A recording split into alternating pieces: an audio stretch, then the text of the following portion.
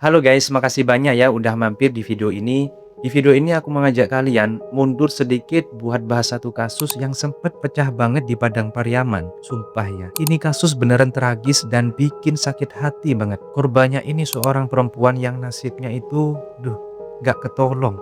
Semuanya tuh kebongkar gara-gara ada temuan jasad di 4 titik beda di sepanjang Sungai Batang Anai. Kalian coba bayangin, warga di sana bahkan se-Indonesia langsung geger dan merinding pas dengar beritanya. Soalnya emang setragis itu kondisinya. Nah, yang bikin makin gila, pas polisi nyelidikin, pelakunya ternyata orang ini. Dan tahu nggak, pas mayat-mayat itu ditemuin, si pelaku ini malah lagi santuy bikin konten TikTok di rumah makan bareng cewek lain. Itu kejadiannya cuma beberapa hari sebelum dia akhirnya diciduk oleh polisi. Tapi plot twist yang paling serem baru kebuka pas dia udah ketangkep. Dan ternyata mayat cewek yang ditemuin itu terpotong-potong di sungai itu. Itu korban ketiganya dia, guys. Masih ada 2 korban lagi yang ternyata dikubur dalam sumur tua di dalam rumahnya dia sendiri. Gila nggak sih? Dan motif dibalik semua kegilaan itu tuh klise banget. Perselingkuhan pas lagi KKN. Ya, masalah asmara lah. Tapi karena setiap kejadian pasti ada pemicunya, makanya kasus ini penting banget kita bedah bareng-bareng. Anggap aja ini jadi pelajaran mahal buat kita semua, terutama buat kalian yang lagi mentok atau jenuh sama masalah hubungan. Harapannya sih amit-amit jabang bayi, jangan sampai kejadian sadis kayak gini keulang lagi di masa depan. Oke, buat kita yang mau ambil pelajaran dari kisah ini, yuk kita masuk ke detail ceritanya. Tapi kayak biasa, siapkan dulu posisi atau rebahan yang paling PW. Biar apa? Biar nyimak ceritanya itu makin nyaman dan santuy. Kalau udah siap, yuk kita gas ceritanya. Jadi, tokoh utama atau lebih tepatnya villain di cerita ini namanya Satria Juanda.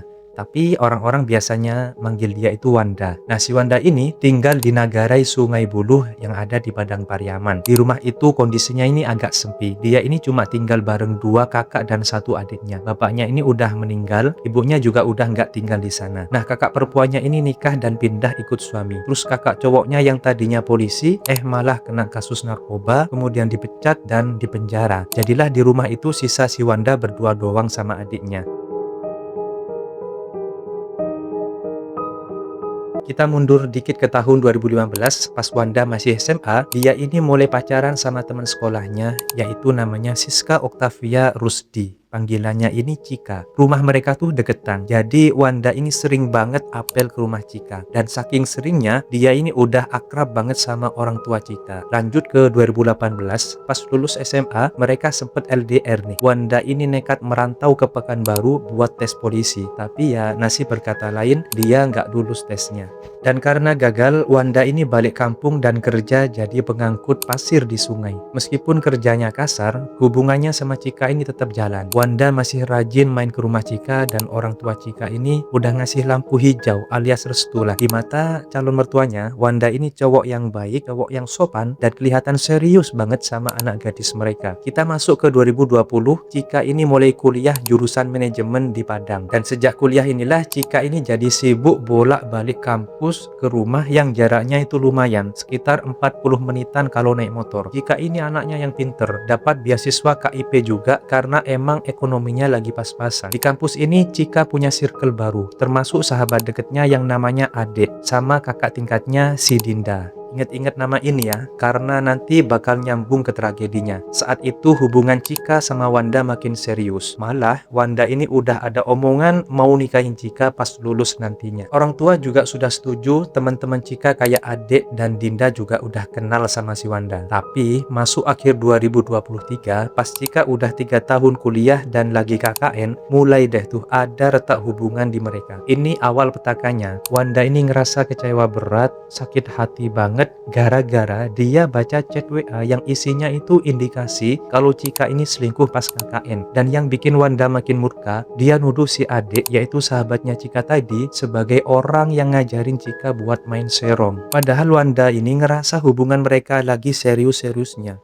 Di sisi lain, Wanda saat itu juga lagi sibuk sama kerjaan barunya. Dia ini udah berhenti jadi kuli pasir dan kerja jadi security pabrik yang itu shiftnya malam. Siangnya ini sibuk urus kegiatan masjid. Tapi ya namanya hati udah panas, sesibuk apapun rasa kecewanya itu nggak akan hilang. Dia ngerasa dihianatin setelah pacaran dari 2015. Udah nabung buat nikah, tapi malah diginiin. Sakit banget pasti rasanya. Nah, akumulasi rasa sakit hati inilah yang akhirnya meledak jadi rencana yang jahat. Masuk Januari 2024, Wanda yang udah hopeless dan gelap mata ini mutusin buat bikin rencana gila, yaitu ngabisin nyawa Chika dan sahabatnya, si Ade ini. Karena menurut dia, Ade ini biang kerok yang ngomporin Chika untuk selingkuh. Wanda ini mulai aksinya dengan ngechat Chika, nyuruh datang ke rumah dan nadanya ini manis. Pura-pura udah maafin dan ngelupain masalah selingkuh yang tadi itu. Sedangkan Chika yang waktu itu udah selesai KKN dan ada di rumah, gak ngerasa curiga sama sekali. Hari itu bener-bener hari yang apes banget. Bapaknya udah pergi kerja, ibunya mau jualan lontong. Tapi sebelum ibunya pergi ini, Chika sempet minta dimasakin opor ayam. Sumpah, sedih banget kalau ingat ini. Ternyata itu permintaan terakhir Chika ke ibunya. Habis ortunya pergi, Chika ini pamit buat ngerjain skripsi di rumah temen. Pas lagi ngerjain skripsi itulah, Wanda ini ngechat suruh dateng. Nah, karena Wanda ngajaknya baik-baik, otomatis Chika ini langsung gas ke rumah Wanda sendirian naik motor. Nyampe sana, kemudian disuruh masuk, kemudian duduk di ruang tamu. Tapi tiba-tiba Wanda yang tadinya manis langsung berubah drastis. Dia ngebahas lagi soal perselingkuhan itu. Chika ini sempat ngebantah. Mereka cekcok dan puncaknya Wanda ngerampas HP Chika buat ngecek WA-nya. Pas baca chatnya, boom. Emosi Wanda langsung meledak. Wanda makin sakit hati sementara Chika cuma bisa diem ketakutan. Dan karena udah kalap, Wanda ini lari ke kamar, ngambil pentungan satpamnya. Terus tanpa ampun dia pukul kepala Chika berkali-kali. Akhirnya Chika langsung ambruk, gak gerak lagi. Sedangkan ngelihat pacarnya udah gak berdaya, Wanda bukannya sadar malah makin gelap mata. Dia ini langsung ngelakuin aksi yang sadis banget buat mastiin Chika udah gak bernyawa. Bener-bener tragis sih momen ini. Abis mastiin Chika ini meninggal, Wanda ini sempat bingung. Ini mayat mau dikemanain? Awalnya dia ambil cangkul, mulai gali tanah di semak-semak belakang rumah. Tapi pas lagi gali tanah, hujan turun deres banget. Gara-gara hujan ini, dia batal gali dan masuk lagi ke rumah. Dia akhirnya mikir keras, terus kepikiran, ada sumur tua di kamar mandi. Nah, akhirnya dia gotong jenazah Chika dan dicemplungin ke dalam sumur tua itu. Nah, beres masukin Chika ke sumur tua itu, dia ini langsung bersih-bersih darah di lantai ampe kinclong bener. Tapi dendamnya Wanda ini ternyata belum kelar, guys. Dia masih ingat target keduanya. Ya, dia adalah si Ade.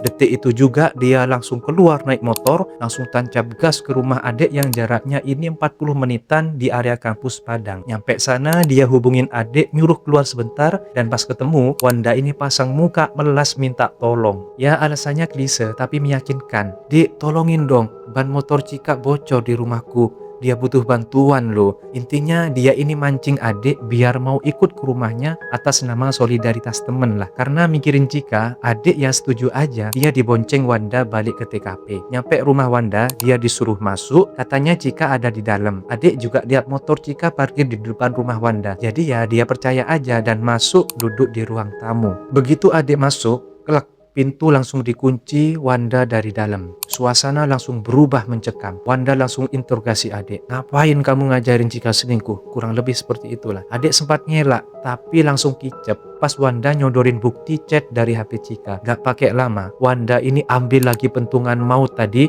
Adek dieksekusi di situ juga, dipukul dan dibekap bantal sampai akhirnya meninggal. Gila, dalam sehari 2 nyawa melayang. Habis mastiin Adek ini udah gak bernyawa, tubuhnya diseret dan ya dicemplungin lagi ke sumur yang sama, numpuk di atas jenazah Chika tadi itu. Habis itu sumurnya ditutup rapet pakai kayu biar gak ketahuan. Terus HP mereka berdua diamanin. Nah PR-nya tinggal motor Cika nih yang masih nongkrong di depan rumah dia. Wanda langsung bawa motor itu lalu dibuang ke lahan kosong dekat kampus di Padang. Ditinggalin gitu aja di pinggir jalan biar seolah-olah Cika hilang di sana. Habis buang motor itu, Wanda ini balik ke rumah naik angkutan umum seolah gak terjadi apa-apa. Dan di rumah dia lanjut aktivitas normal dong. Suruhnya nongkrong sama pemuda desa, malamnya kerja jadi satpam pabrik. Psikopat banget kan mentalnya. Di sisi lain, orang tua Cika ini mulai panik karena anaknya nggak pulang-pulang sampai malam. Ditelepon juga nggak aktif. Keluarga adik juga sama resahnya. Karena Cika sama adik ini emang lengket, dua keluarga ini akhirnya kontekan lah atau saling berhubungan dan cari bareng. Mereka tanya ke semua teman kampus, tapi hasilnya nihil. Di tengah kepanikan itu, Wanda dengan muka temboknya datang ke rumah Cika. Dia ini pura-pura panik terus ngarang cerita. Katanya dia sempat ketemu Cika di minimarket, tapi pas ditinggal bentar Cika ini hilang. Aktingnya ini juara FFI banget deh pokoknya. Dia histeris, nangis-nangis, bilang takut calon istrinya kenapa-napa. Dia nunjukin kalau dia tuh peduli banget. Malah si Wanda ini yang ngajak orang tua Cika buat lapor ke polisi soal orang hilang. Karena aktingnya meyakinkan banget, keluarga Cika ini sama sekali nggak curiga. Malah mereka terharu lihat perjuangan Wanda ini. Sampai Wanda ini udah dianggap kayak anak sendiri saking baiknya di mata mereka. Nah, hari demi hari berlalu, Cika sama adik ini gak ketemu juga. Orang tua mana coba yang gak stres? Akhirnya karena udah buntu, orang tua Cika ini nyoba jalan alternatif, yaitu nanya ke orang pintar alias dukun. Dan entah kebetulan atau emang penerawangannya gitu, si orang pintar ini bilang kalau anak mereka ada di rumah pacarnya. Nah loh, dari sini keluarga mulai nanam curiga sama Wanda. Mereka ini seolah baru sadar, iya ya, Wanda kan tinggal sendirian di rumah. Bisa aja ada yang dia sembunyiin gitu. Berbekal omongan orang pintar ini dan rasa curiga itu, akhirnya orang tua Cika ini memutusin buat grebek rumah Wanda. Nah, pas warga sama orang tua Cika ini mau ngecek rumahnya, coba reaksi Wanda gimana? Sumpah, ini orang mentalnya gila banget. Dia ini santai, dia malah welcome, ngebukain pintu, bahkan nganterin mereka keliling rumah. Dia tunjukin tuh semua sudut rumah, termasuk sumur tua di kamar mandi itu. Tapi karena sumurnya ditutup rapet banget pakai kayu, gak ada satupun orang yang curiga kalau di dalam situ ada, ya kalian tahulah. Akhirnya Wanda ini bener-bener rapi banget di sini guys. Nah, pas lagi pemeriksaan itu, ibunya Cika itu kondisinya udah lemes parah, histeris, kemudian campur stres. Bayangin aja, anak gadisnya ini hilang 5 hari tanpa kabar. Karena ngelihat ibunya udah mau pingsan gitu, akhirnya pemeriksaan ini dihentikan. Warga sama keluarga pun balik kanan. Kenapa? Ya karena Wanda sekooperatif gitu loh. Dia berhasil bikin orang percaya kalau dia ini nggak tahu apa-apa. Tapi abis kejadian itu, berita hilangnya Cika sama Ade ini makin heboh dan nyebar ke seluruh kampung. Singkat cerita, 8 hari setelah mereka hilang, tepatnya tanggal 23 Januari 2024, ada titik terang nih. Warga nemuin motor tak bertuan yang parkir berhari-hari di pinggir jalan kawasan kampus MTI Padang. Pas dicek polisi, itu beneran motor Cika. Polisi langsung gercep nyisir lokasi sekitar situ. Tapi hasilnya tetap nihil. Masih misterius banget. Orang-orang ini makin bingung. Motornya ada, tapi orangnya kemana?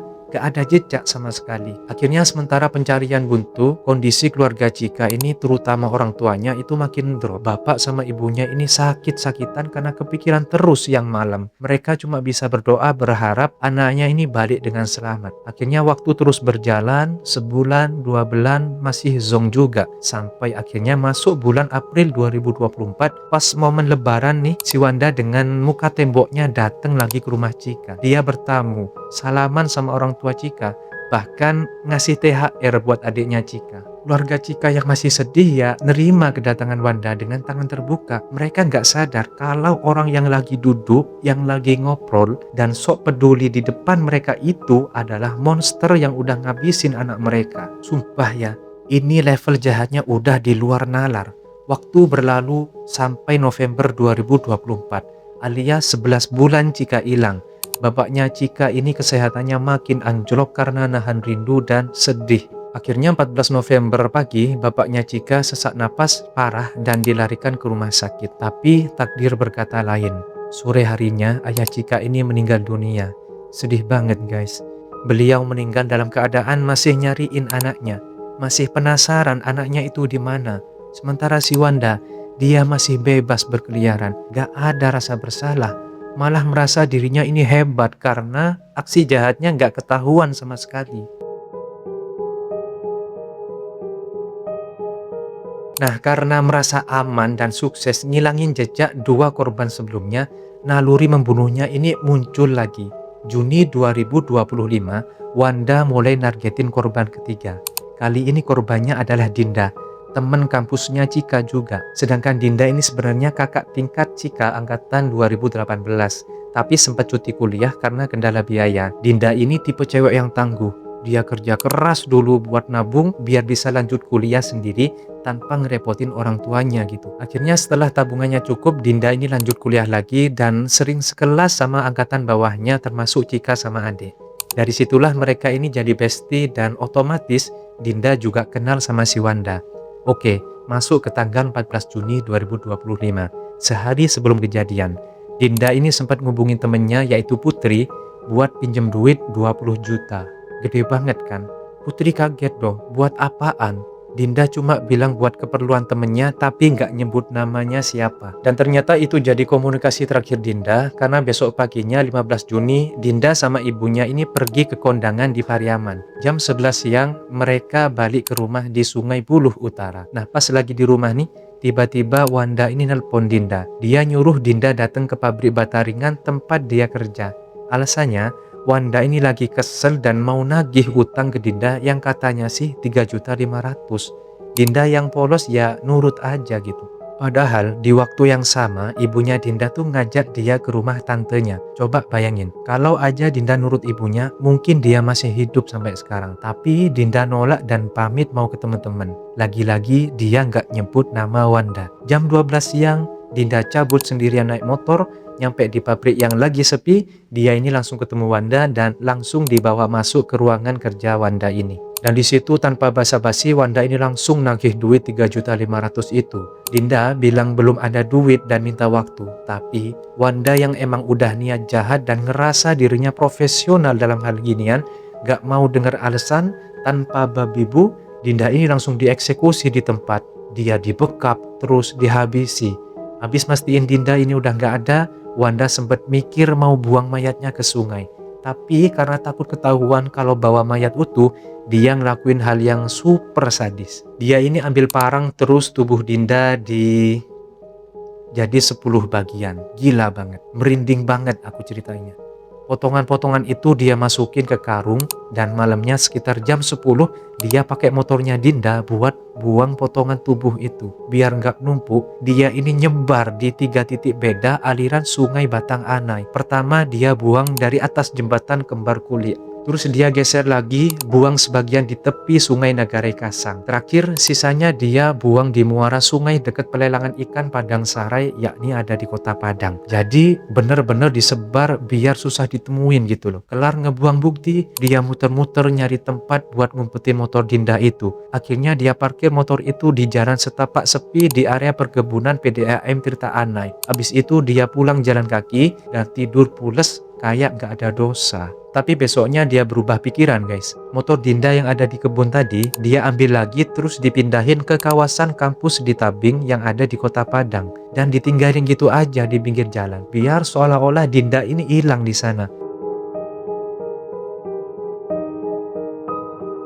Sementara itu, di rumah Dinda ini keluarganya mulai panik setengah mati. Dinda yang biasanya anak rumahan dan selalu izin, ini sampai tengah malam gak pulang dan HP-nya ini mati total. Firasat orang tua tuh memang gak pernah salah ya. Akhirnya keresahan keluarga terjawab dengan berita tragis 2 hari kemudian, yakni tanggal 17 Juni 2025. Ada seorang nelayan di Sungai Kasang kaget banget pas lagi benerin kapal. Di antara tumpukan sampah, mereka lihat potongan tubuh manusia ngambang tanpa kepala, tanpa tangan, dan tanpa kaki. Gegerlah satu kampung. Polisi sama tim Inafis langsung datang, evakuasi dan bawa ke RS Bayangkara Padang. Polisi ini langsung nyisir sungai buat cari sisa bagian tubuh lainnya. Dan besoknya tanggal 18 Juni, polisi nemuin potongan kaki yang itu jaraknya 3 km dari lokasi awal. Terus, warga di pelelangan ikan yang ada di Padang Sare sana juga nemuin potongan kepala sama tangan. Dan lanjut tanggal 19 Juni, ketemu lagi potongan paha di bawah jembatan akses bandara. Total ada 4 titik lokasi dalam 3 hari. Bener-bener mutilasi mutilasi yang sadis banget. Akhirnya polisi langsung minta warga yang ngerasa kehilangan keluarga buat cek ke rumah sakit itu. Nah, kunci identitasnya ada di potongan tangan yang ditemuin guys. Di situ masih kepasang 2 cincin. Keluarga Dinda yang dengar berita ini langsung lari ke rumah sakit buat mastiin. Dan pas polisi nunjukin cincin itu, pecahlah tangis mereka. Ini beneran cincinnya Dinda guys. Cincin custom yang emang cuma Dinda yang punya. Di titik ini, ibunya Dinda histeris parah. Tahu kalau anak yang ditunggu-tunggu ternyata udah jadi korban mutilasi. Yang bikin darah mendidih nih ya, di saat keluarga Dinda lagi hancur lebur, si Wanda ini lagi ngapain coba? Dia lagi asyik bikin konten TikTok sama cewek di rumah makan. Mukanya lempeng, ketawa ketiwi, gak ada rasa takut sedikit pun. Padahal berita penemuan mayat itu udah nasional saat itu. Psikopat sejati emang dia. Tapi sepandai-pandainya tupai melompat, akhirnya jatuh juga. Polisi mulai curiga ke Wanda sebagai orang terdekat Dinda. Nah, akhirnya tanpa basa-basi di jam 2 pagi, polisi langsung grebek rumah Wanda. Akhirnya dia panik. Wanda mukanya pucet. Polisi geledah rumahnya dan nemuin bukti telak, yakni HP-nya Dinda masih disimpan sama dia. Awalnya dia ini ngeles, jawabnya muter-muter. Tapi pas disodorin HP korban, dia langsung skakmat. Akhirnya ngaku kalau dia yang ngabisin Dinda gara-gara utang. Dan gak cuma itu, setelah didesak terus sama pertanyaan-pertanyaan, akhirnya kebongkar juga dosa masa lalunya. Wanda ini ngaku kalau dia juga udah ngebunuh Cika dan adik setahun lalu. Dia bilang mayatnya itu dikubur di sumur tua rumahnya. Polisi langsung bongkar tuh sumur dan bener aja. Di dalamnya ada kerangka tulang belulang Cika sama adik. Bayangin syoknya polisi. Ternyata ini serial killer. Kasus orang hilang 1,5 tahun lalu akhirnya terpecahkan dengan cara yang paling tragis. Di jam 6 pagi, polisi kabarin keluarga Cika. Ibunya Cika ini langsung datang ke TKP. Di sana udah rame banget sama warga dan garis polisi. Dan pas tahu kalau selama ini anaknya dikubur di sumur rumah calon mantu kesayangannya itu, pertahanan ibunya ini runtuh. Beliau pingsan berkali-kali. Kemudian beliau dibawa ke puskesmas, tapi akhirnya meninggal dunia karena serangan jantung. Ya, jadi keluarga Cika ini habis total guys. Bapaknya meninggal karena rindu, ibunya meninggal karena shock. Dan sekarang Wanda ini udah diamankan di Polres. Dan motifnya apa? Klise semua. Cika dibunuh karena selingkuh. Adik dibunuh karena dianggap mak comblang selingkuh. Dinda dibunuh karena utang. Tapi keluarga Dinda ini ngebantah keras soal utang itu. Mereka yakin Dinda ini nggak pernah ngutang ke Wanda. Itu cuma alibi Wanda doang, buat nutupin motif aslinya. Mungkin mau ngerompok atau apa. Keluarga korban sekarang nuntut Wanda ini dihukum mati. Dan akhirnya Wanda dijerat pasal berlapis, pembunuhan berencana, dan ancamannya hukuman mati atau seumur hidup. Jujur guys, menurut aku Wanda ini tragis dan menyeramkan sekali. Korbannya 3. Kemudian terencana, kemudian dimutilasi, plus bikin kedua orang tua korban ini meninggal juga. Harapan kita semua sih jelas ya, dia harus dapat hukuman maksimal, matilah. Biar adil buat nyawa-nyawa yang hilang dan keluarga yang hancur. Dan buat para korban, yakni Cika, adik, dan Dinda, semoga tenang di sana ya. Dan buat kita yang masih hidup, please banget guys, ambil pelajaran dari sini. Kejahatan ini bisa datang dari orang terdekat yang mukanya polos banget guys. Oke guys, kalau kalian mau request cerita boleh tulis di kolom komentar. Dan jangan lupa tekan tombol subscribe-nya supaya channel aku terus berkembang. Segitu dulu bahasan kasus kita di video kali ini. Sampai ketemu di kasus berikutnya yang juga nggak kalah serunya. Aku Jakodin, sampai jumpa.